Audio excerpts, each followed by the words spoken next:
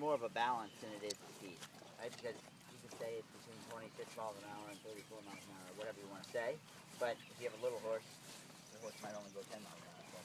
So that doesn't really matter to me. Me, your gallop canter is that you have it. You can take the first distance you see, but you have to have the ability to take one more distance. Does that make sense? So you have a balance that you could add one more stride. Right? If you're only going for the first thing you see, and that first thing you see is not a good one, then you're going too fast and you're too out of balance. Does that make sense? And your show jumping canter, you want to be able to take the second or the third thing you see. That makes sense? So it's a little bit more balanced, a little bit more flexion in your gallop canter.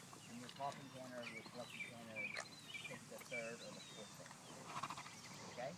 So that's more, none of this has to do with how fast you're going. It's that the balance is so there that you have options. Okay? And so we're gonna practice some of that stuff over things that don't really matter. Like to me, the coffin canter is the most difficult one. These guys are, except for Ali's horses, they're training preliminary anyway. And so, you know, it's not at the preliminary level. It's not real competition.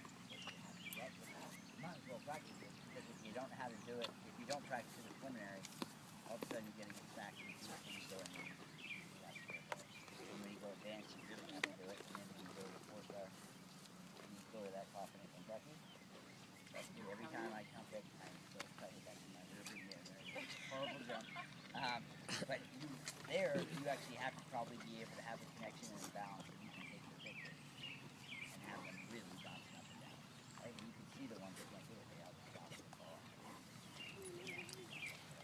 So let's just come, just for practice, let's come off the right leg and jump the cape backwards and do that in your gallop canter, okay?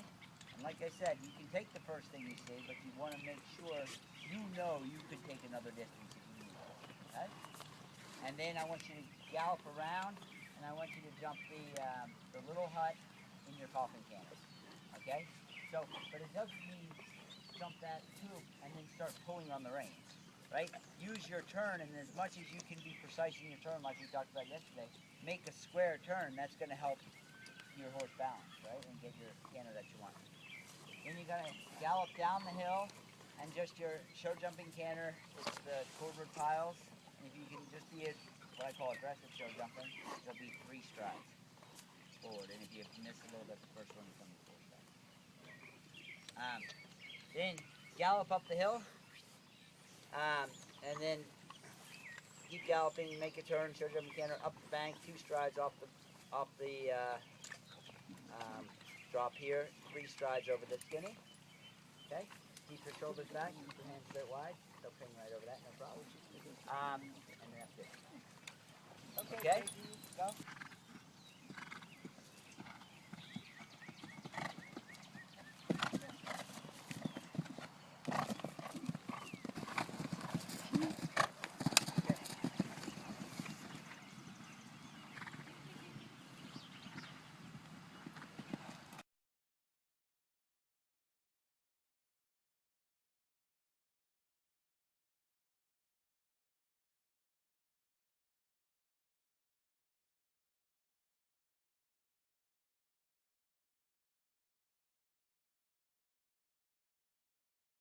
Back. Good riding. Good job.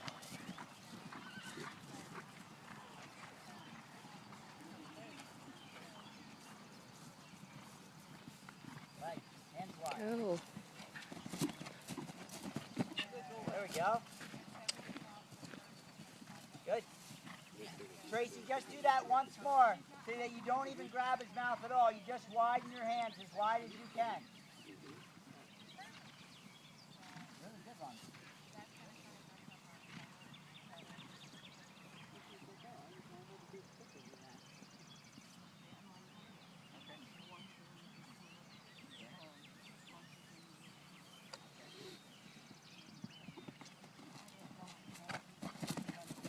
Yeah.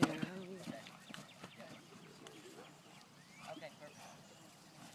Okay, so you have to just hold that position a little bit more, okay? You have to just stay there. Don't let yourself fall forward over the hay bale. You're just trying a little bit, Tracy, too much to steer him. You just got to point him a little bit more, okay?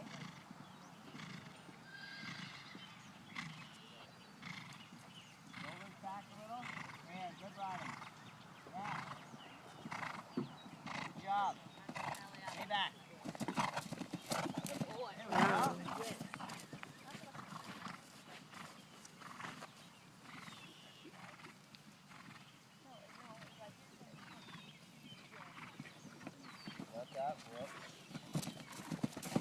Still there. You're still there, Tracy. Still grabbing at the last second, almost trying to get a distance. Don't worry about it. Just stay back and he'll move his feet. Okay? When you jumped off the bank, fine, but right about here you went sort of, oh shit, it's going to be short.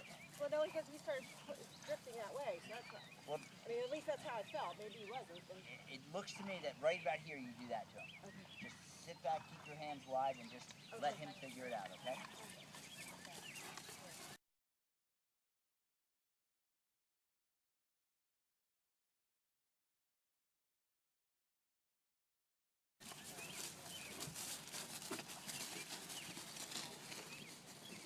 Think about being in position to halt him at the skinny. With your body, not with your rein.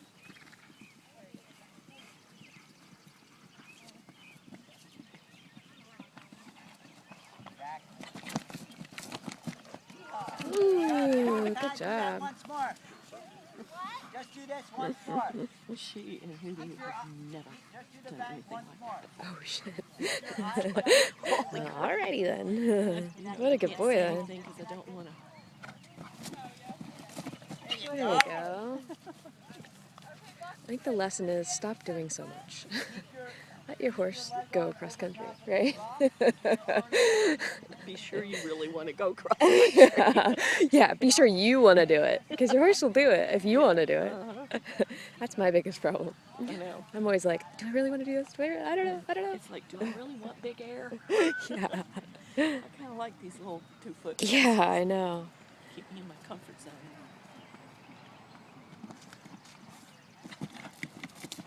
There we go. She's a good rider.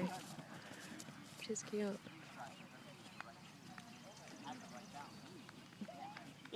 Out there. Big man. But the reason I need you to do it, you're good enough to do it. And he's good enough to do it. In all fairness, you wouldn't have probably learned anything by doing the training.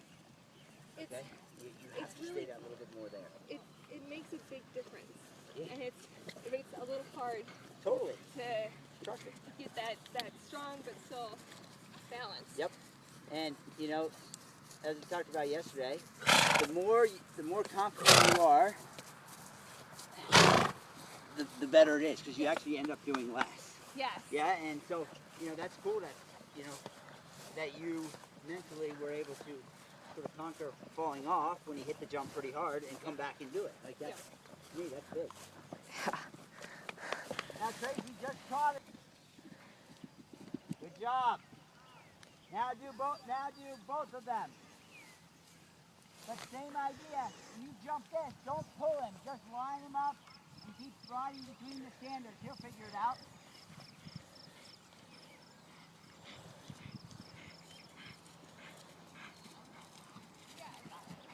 Back, hands wide. Yeah. Now. Okay, that's good.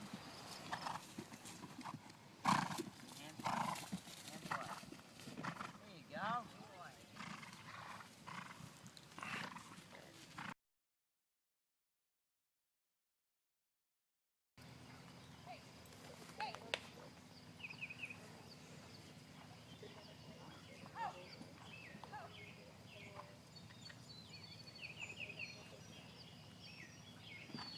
Look out.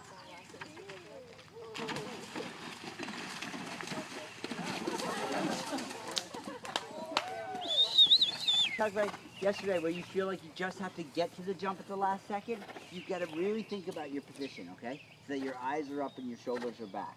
Do that one more time and keep looking up. So as he goes down the first drop, you're already legging for the rail in the water. Yep. And the same thing when you turn and do the boat, as he jumps the roll top, you're already riding to the log in the middle of the water, and that will make him jump smoother, okay? You get there and you kind of lean forward, he actually comes back behind you and goes higher to try to stay underneath you, okay? You want to think about riding him underneath you.